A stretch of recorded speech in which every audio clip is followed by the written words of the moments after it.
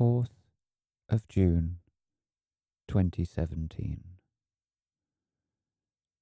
Bodhidharma, Eleazar Harash, translated by Ruah Ezekiel, narrated by Danny King. Lecture 1. Bodhidharma, first idea for contemplation.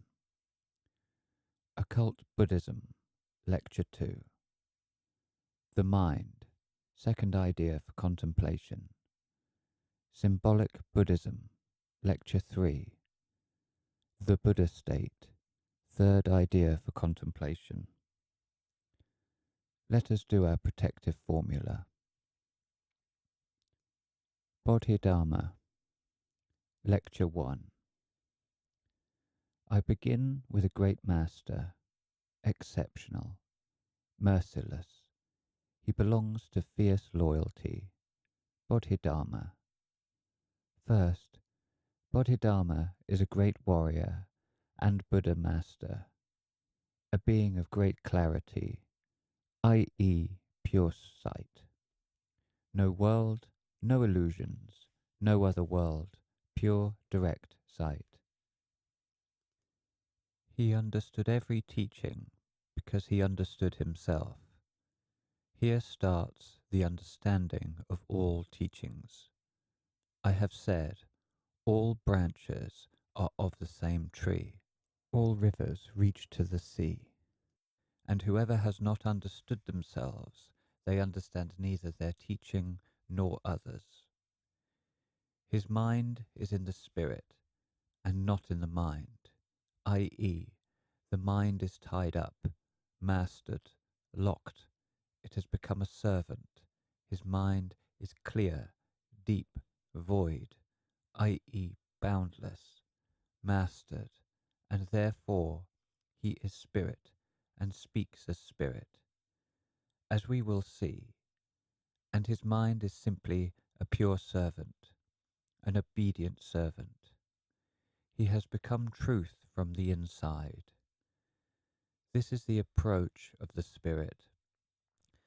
There is no mind in it, no world, no createdness, no delusion of any sort. Here the mind is, as I said, a pure instrument. Something more. He has gone beyond all comprehension and incomprehension. He has become the third bank of the river. We have spoken of the third bank of the river before. He has become nirvana, the great freedom. He does not interpret the occurrences of the world. There are no analyses and delusions here. He penetrates them and surpasses them. Bodhidharma is an ancient spirit. He is the kingdom of God. This is where he has descended from. The Chinese sages call him Da-mo. The Japanese sages Daruma. A mighty, some of you have seen him, bearded, stern old man with a very wise and dangerous gaze. His gaze is something like a sword, the sword of truth. He is absolutely not attached to any world, especially to this long-dead world. He says, I renounced everything and I attained Tao. This is a being in itself primordial, in itself the elixir of life. He is not looking for the elixir.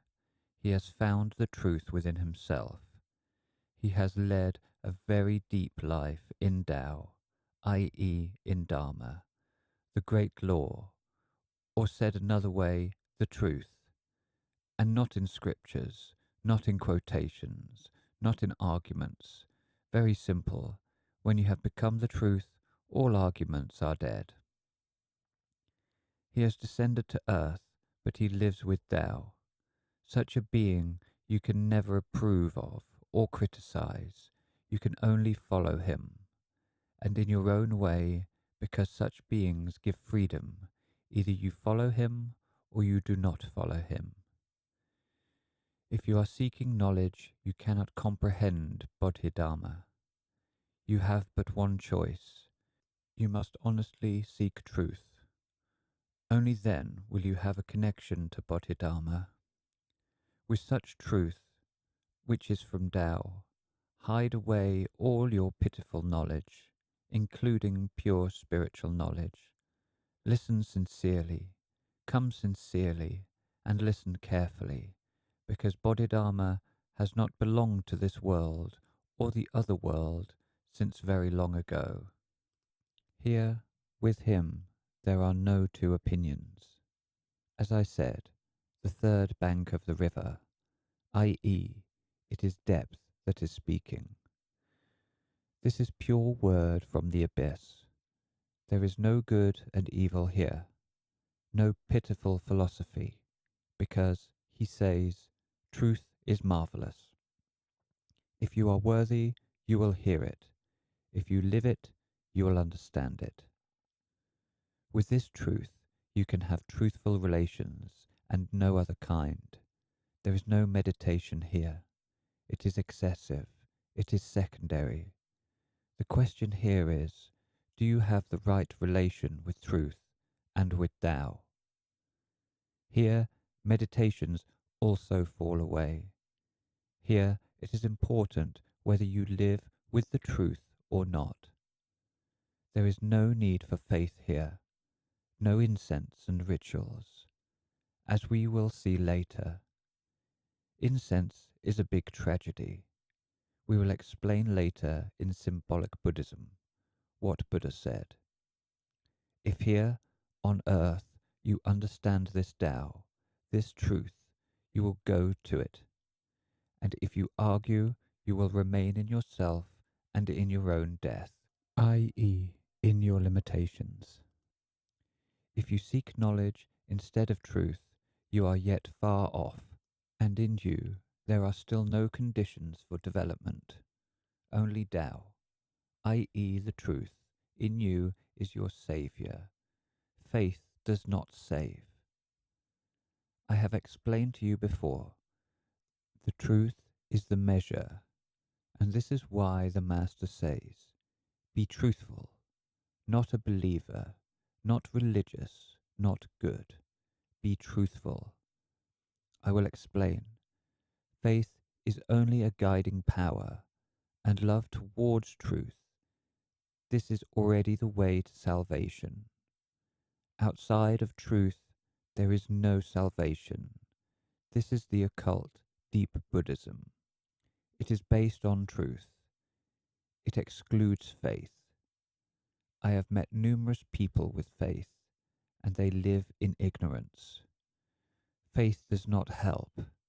You must have entered into love, and love must have allowed you to seek wisdom and truth.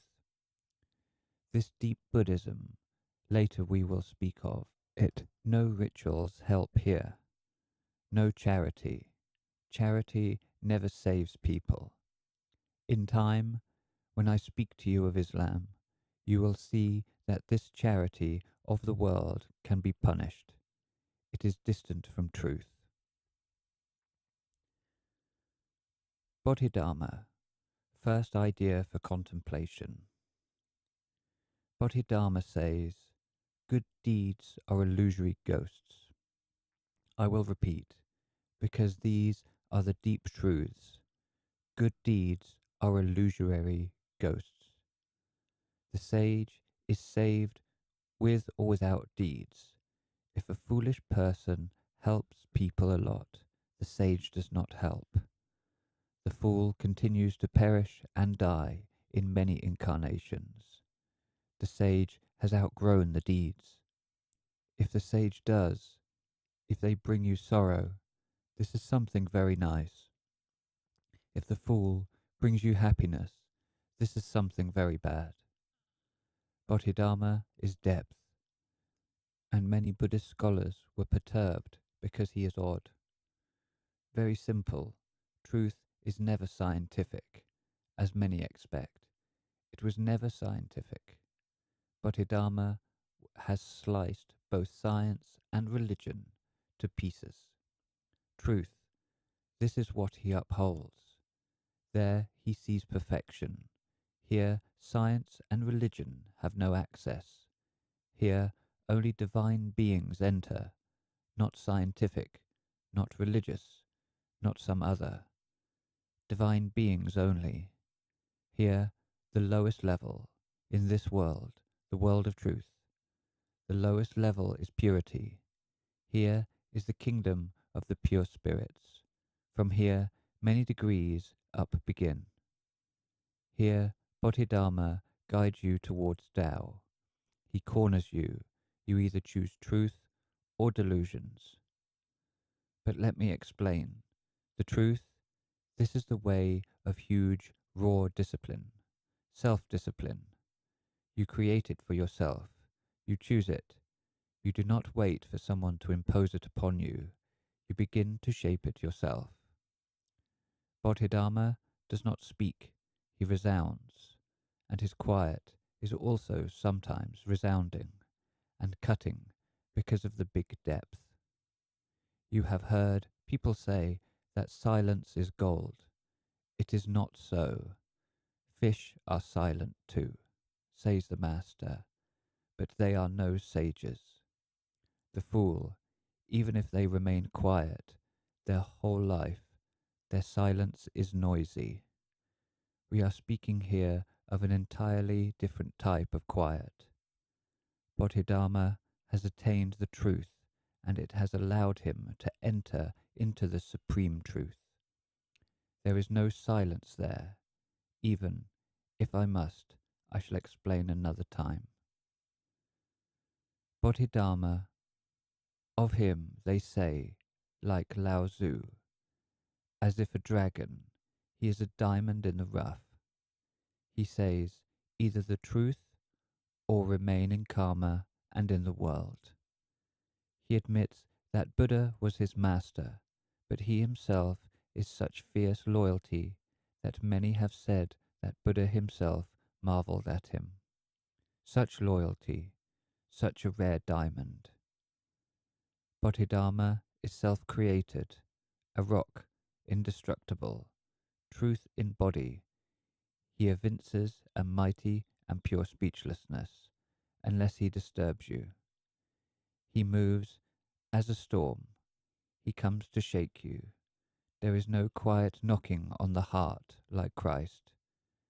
Bodhidharma does not knock on the door of the heart. He differs from Buddha and from Christ both.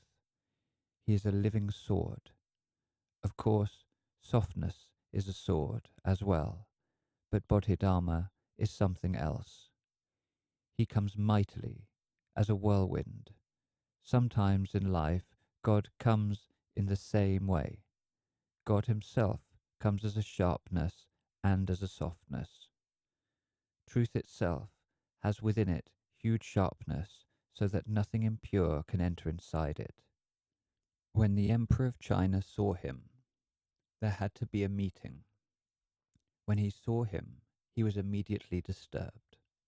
As a whole, everything impure, everything of the mind, is immediately disturbed, regardless of whether there are reasons or not. The quality of the mind is disturbance and worry.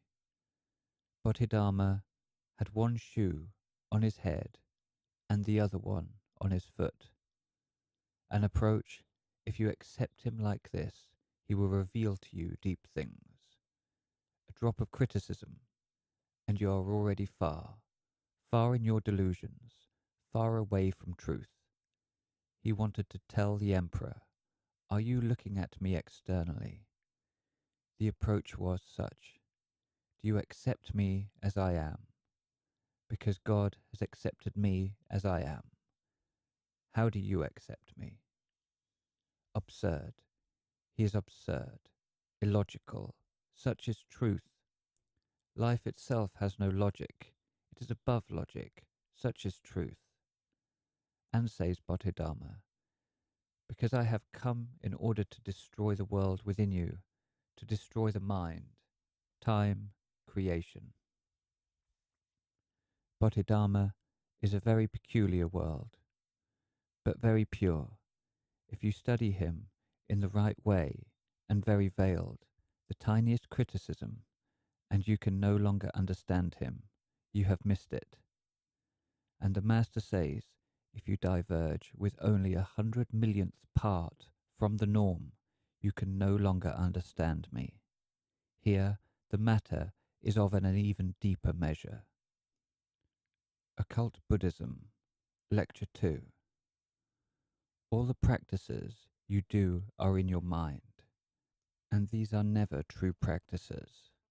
I will repeat, whatever you practice, all the practices you do are in your mind. These are never true practices. What is the main practice of the world which people deviated from? Mastering the mind. This is the most important practice in the world. Control. This means control over thoughts, feelings, deeds, and secret inner deeds. This is the supreme practice. This means also mastering the word, because the word is God. One slipped word, I will repeat as before, you can lose 20 years from your development. You can lose 20,000 years. Control. Bodhidharma observes this. He emphasizes here. There is no brotherhood here, no wheat diet, no color rays of light. Translator's note, known as wheat regimen, a wheat diet combined with spiritual practices given by the Master Peter Dønov to his then disciples over 100 years ago. Translator's note, the Testament of the Color Rays of Light, a collection of specially arranged Bible verses given by the Master Peter Dønov to his disciples in 1912. The Master himself told me that these things are obsolete, but for some people they simply must do something. They wanted me to present a lecture on the color rays of light. I said, there will be no such lecture, because I have understood from the Master on a deep level truth has no colors. These are limitations. Focus on the truth. Otherwise, you can occupy yourself with many other lateral things, growing einkorn wheat, etc. It will help with nothing. Not long ago, in the interview on vegetarianism, there I said, on the conference, nothing can replace love towards God. No vegetarianism, no pure eating, no pure eating. Something else is required because the times are intense. So, the most important practice is this. Everything else is only exercise, not practices. Breathing. Breathe as much as you want. This is not a practice. If you have mastered your mind, you are already no mind. You are walking towards the Spirit. You are already pure. Then all other practices become pure. So after this practice, afterwards, practice whatever you want. Sense is already brought into it. And if you have the right attitude, it will be in its proper place. Otherwise, you are playing mind games and exercises. Those who do not understand Tao, the truth, they swallow evil, i.e., they perceive evil. Evil will be imposed upon them. Those who understand the truth, they overcome evil, because they only perceive Tao and the truth. Then their truth swallows evil. The ones who do not understand seek the known. The ones who do understand seek the unknown. And in this way they feed on Tao and the truth. The matter of mastering the mind is sublime, a sublime, essential practice, because only from here on you embark towards self-knowledge. And Tao, this is the great substantial matter. All other practices are games of an exceptionally cunning mind. Centuries and thousands of years of rituals, incense, ritual sacrifices. Instead of sacrificing yourself, the Master says, you slaughter the sheep, and you say, no problem, when the knife passes through its throat. But when the knife passes through your throat, you say, wait a minute, not so. This mind loves everything which is without spirit and without soul. It loves to do whatever, just so that the person may die and the mind can trick them. This mind, this is no philosophical matter to solve. It is not for the priests, not for scientists, because they are all in the mind themselves. The mind means the world and humanity, the fallen Adam. They are all in the mind, and they cannot get out of it. This matter is deeply occult and essential, a deeply internal matter. Only sages and greatly devoted ones master the mind and become pure spirits and souls, released essences, or, as the Atlanteans call it, they become free wind. Clever ones can talk of the mind for thousands of years and not solve the secret of the mind. The mind proves to be deeper than them, and they are left enclosed within it. What is the mind? The Master says, the snake of olden times, Satan. It is not easy to outgrow it. This is a cherub. He wields such subtleties that people have no notion. You can only overcome it through fierce loyalty towards God, and in one moment God will allow you to understand it. The Master says, what is the mind? Something very clever and well played, an old, wise cherub, a very experienced spirit. You can never overcome it easily, unless through fierce loyalty towards God and a special distinct attitude towards truth. A half attitude towards truth does not help. The Emperor asks Bodhidharma, I have done many good deeds. I have built temples. I have given food to many monks, money for translations of sacred books, etc. Bodhidharma says, let us examine this enormous ignorance. Bodhidharma simply looked at him, disturbed him again, and said to him, but how can you do these deeds? You have no Dharma. You do not have truth within yourself. What deeds can you even do as a whole? Bodhidharma was laughing unrestrained. The Emperor was perturbed because he had a big entourage, right? He thought there will be a king's reception, a friendly conversation. Bodhidharma is mercilessly honest. He directly says to the Emperor, you are truly a fool. You have not built anything until you have built the truth in yourself. You do not have Tao within you. The Emperor was sweating, and he asked, so then, is there anything holy or not? Bodhidharma tells him, there is nothing holy and unholy. There is only truth and boundlessness. Again, another blow against the ones who do not understand. I have explained, holiness is also a sin. Saints are to be pitied. Sometime I will especially present that matter, and you will truly understand it, because this matter is explained through divine logic, and not through human things, in human ways. So, holiness and unholiness are mind games. Just like good and evil, you truly are a real fool. The Emperor was just stunned. If he could run away, he would, but he had never heard such direct word. He had never met such a master in his life. Bodhidharma is a fragrance from this great truth. But if you are not ready for this truth, then it is torture for you. Bodhidharma is truth in action, spirit in action. He has gone beyond the mind and all its numerous, many thousands of games a long time ago.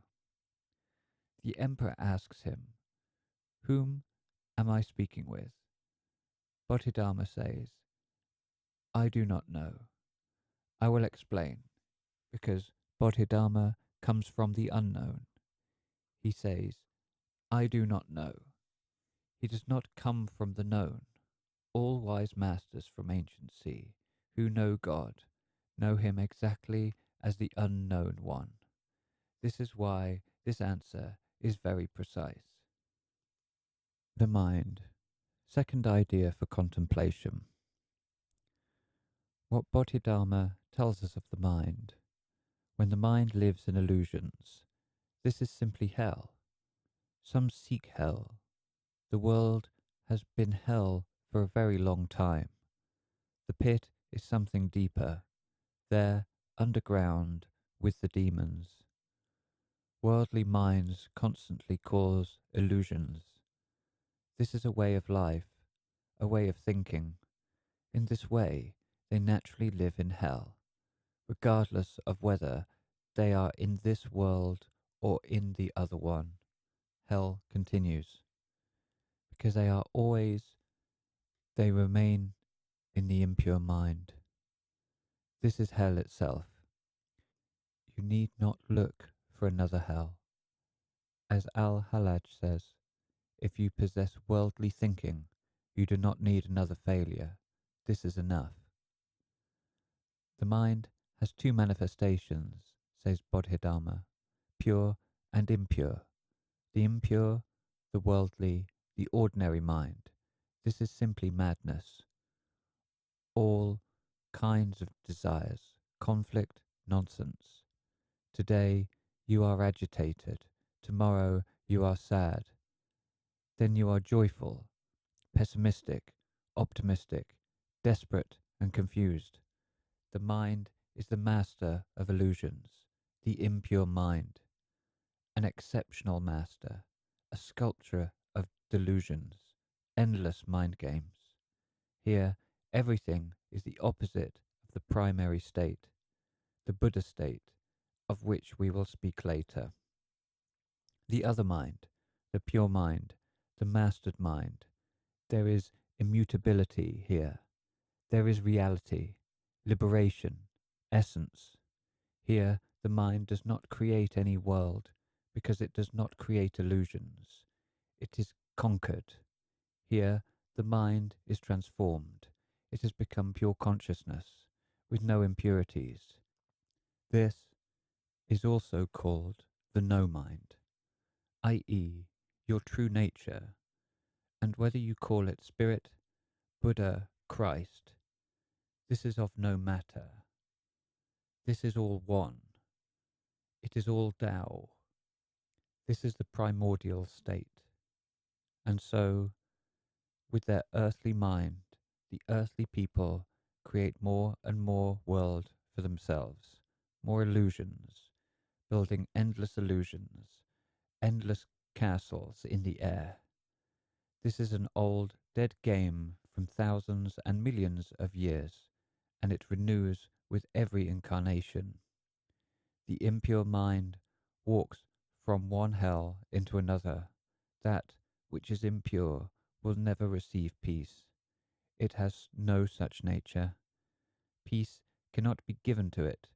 If you are silent, but you have not mastered the mind, then your silence is also poor and vain. It is the unmastered mind that creates karma and reincarnates with its karma. The mortal ones create karma, and they wrongly think that there is no retribution. But can they deny suffering? Because it will always chase them. You sow and you reap. How can you avoid this? You cannot. If you are sowing, you cannot. All those who have fallen into their impure mind are dependent on their own karma. They are mortal, and they pass through countless sorrows because they have darkened their own essence.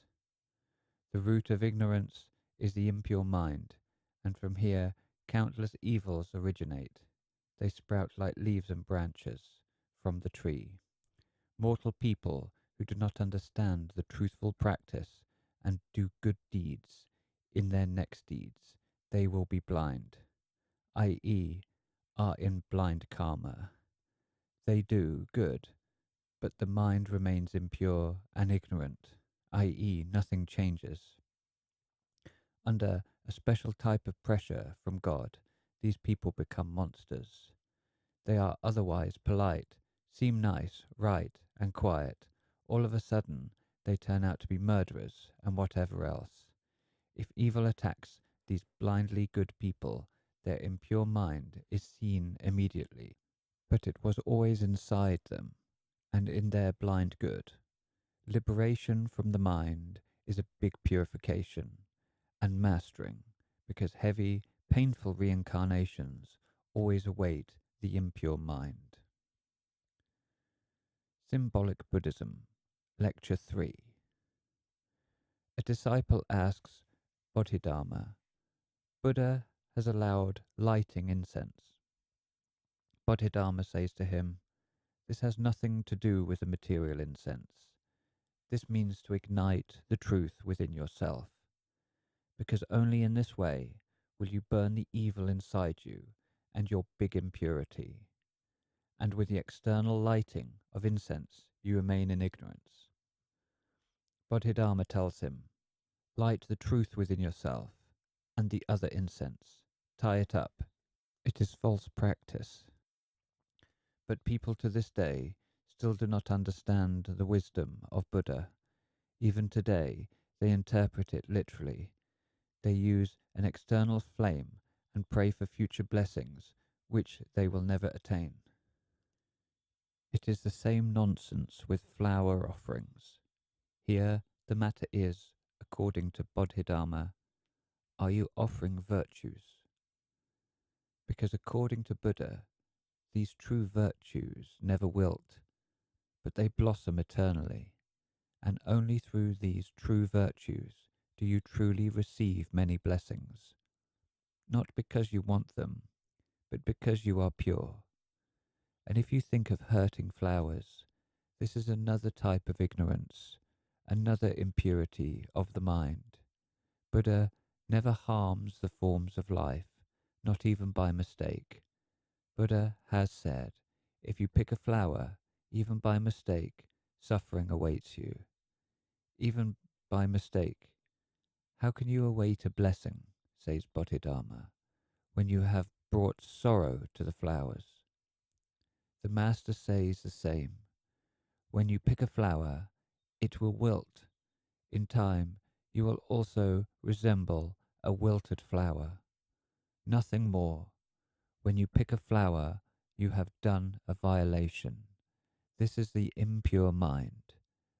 And Bodhidharma says, you are in karma. This is enough.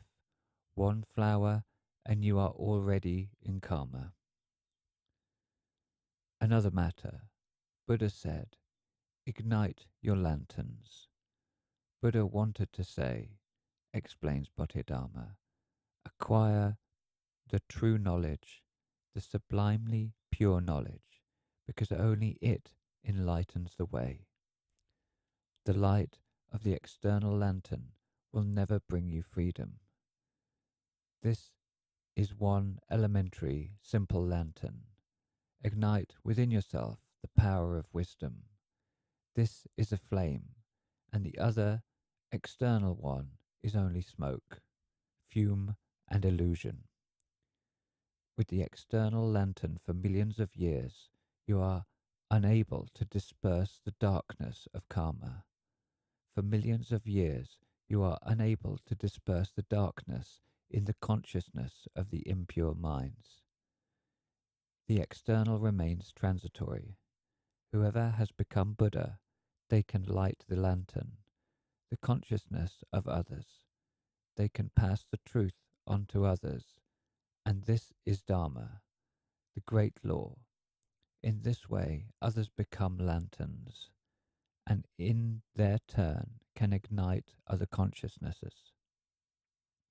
Buddha has ignited millions of people, and there is no need for baptism at all here, because this is another form of ignorance, simply life within truth. In this way, all the light is transmitted.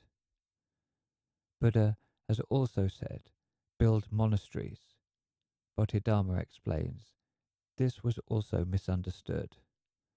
But in the impure minds, everything is murky. And Bodhidharma explains, monastery means to build your own personal discipline. This is the idea of the monastery.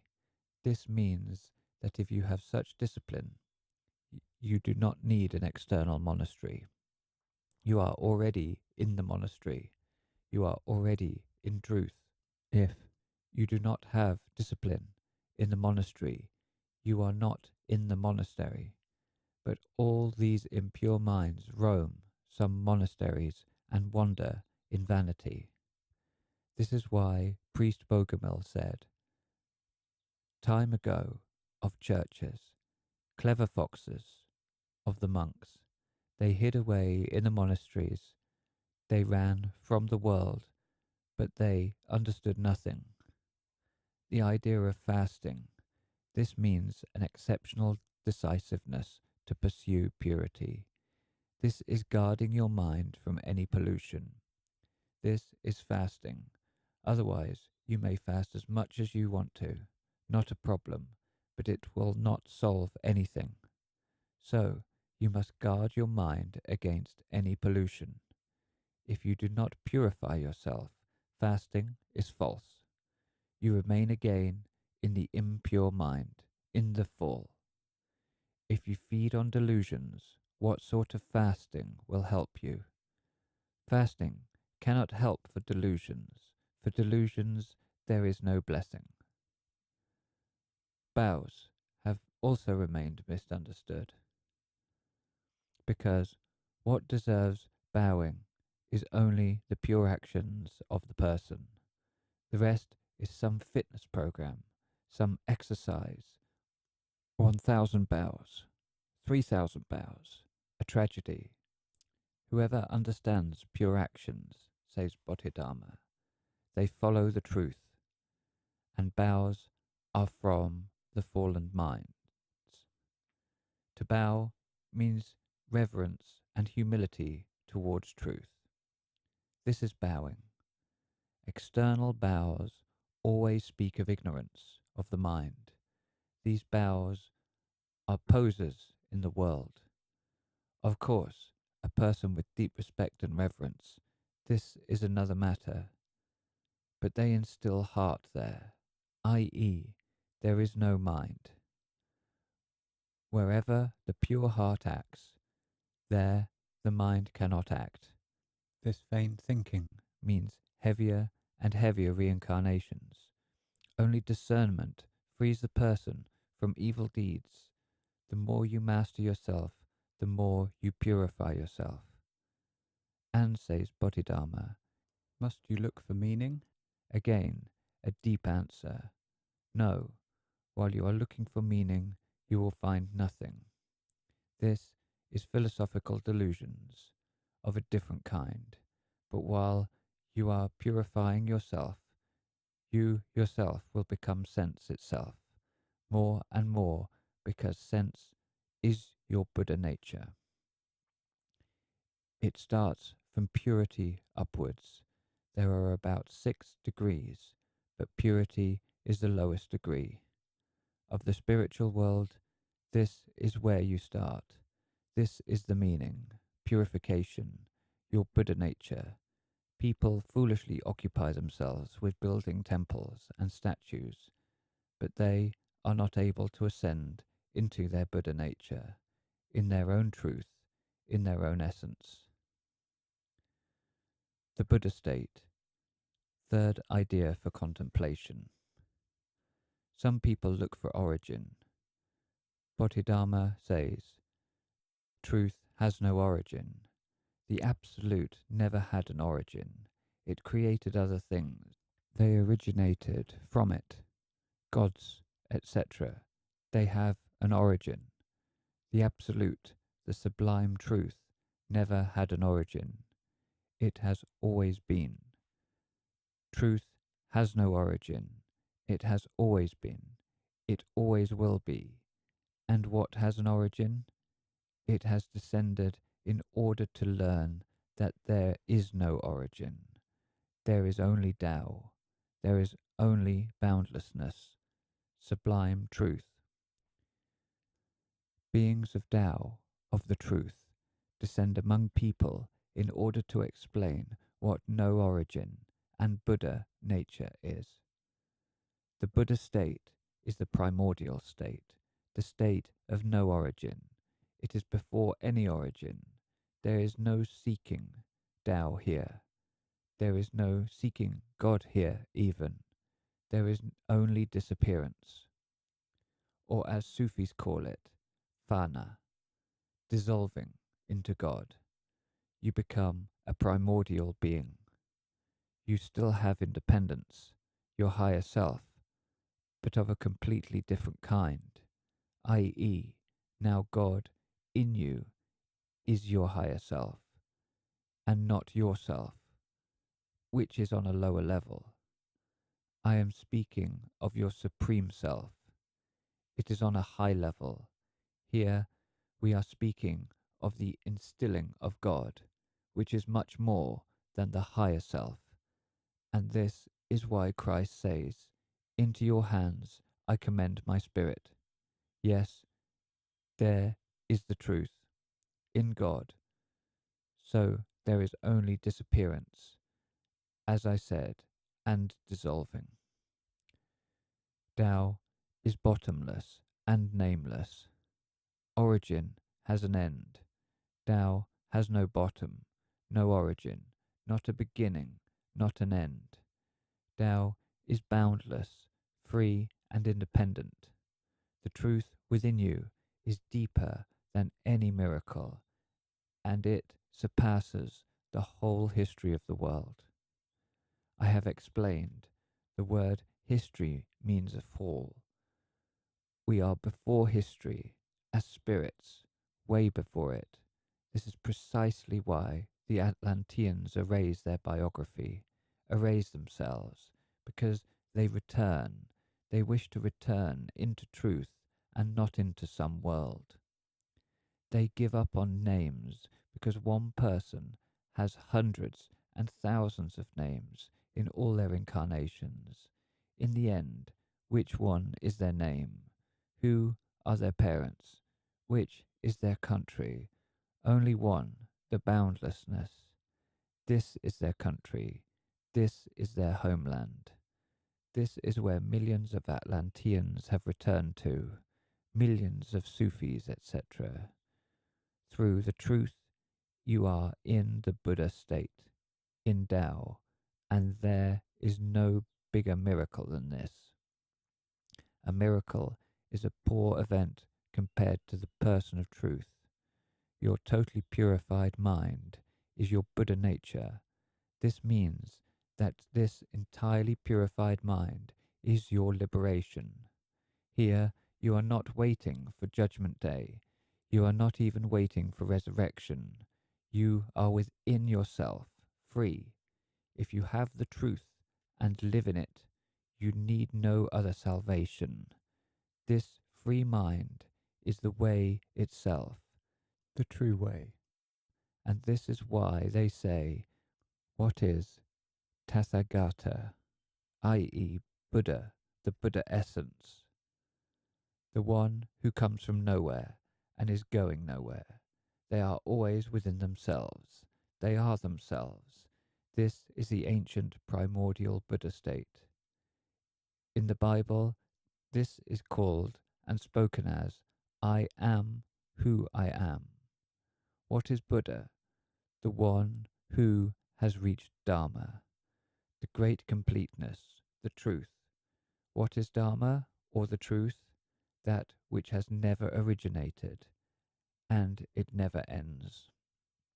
This is why it is called Dharma, or the greatest law, the law of the universe, and the law beyond the universe.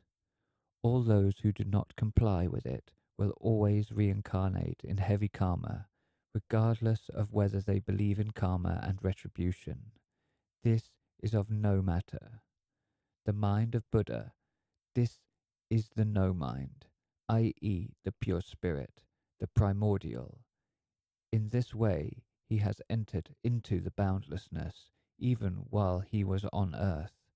He was in boundlessness. He comes with the boundlessness in himself. He lives in the boundless like Lao Tzu, and he returns to the boundless. He was not in the present because he is deeper than the present.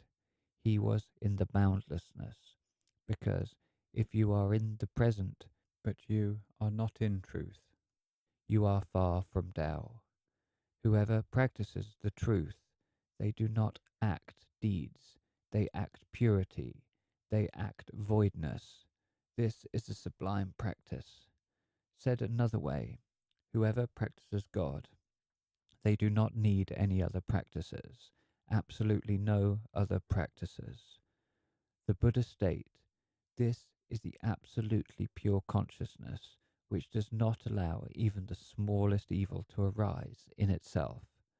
And the Master says it, if you have even microscopic evil inside you, you are already in death. This evil may become big. Here, in the Buddha state, the person is awakened both within and without. The Buddha state is the state of striking awareness. Bodhidharma says, I follow the one who has never been born, who has never walked the earth, who has never spoken through words, but through presence. He follows him, the truthful Buddha, and everything else which you call history is nothing more than a dream, dreamt by the people asleep. The ones who have not seen Tao, i.e. the truth, in themselves, are meditating in vain. I am not saying to not meditate. Let them meditate, but reduce meditation to a few minutes and devote themselves to truth, because in time meditation will outsmart them. It will turn out so that it will not help them. The Buddha state, this is the primordial human, the pure spirit, whether it is in a body or without one. This is spirit. If Buddha had said, if some worldly people had asked him, do you believe in spirits? He would have said, here I am in front of you. But the earthly person cannot see anything, so this is pure spirit, the primordial spirit. It resembles the void, space. It resembles the boundlessness.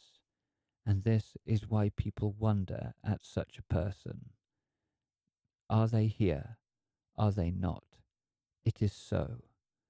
They are both here and they are not. Buddha says, because people are deluded by their mind, their actions are endless reincarnations. No faith can save the delusional person, i.e. the impure mind. Their faith only helps them enter into a new, even heavier reincarnations. The Buddha state, i.e. the deeply mastered mind. This is the primordial spirit. Even in anciency, it was not impurity. Purity is a much lower level. Of course, then it descends into purity to do something. But it is much deeper than purity. But it was such spirit. It always has been within the truth, within the great law. It has lived in the great spirit, in Brahman, in God. Aum.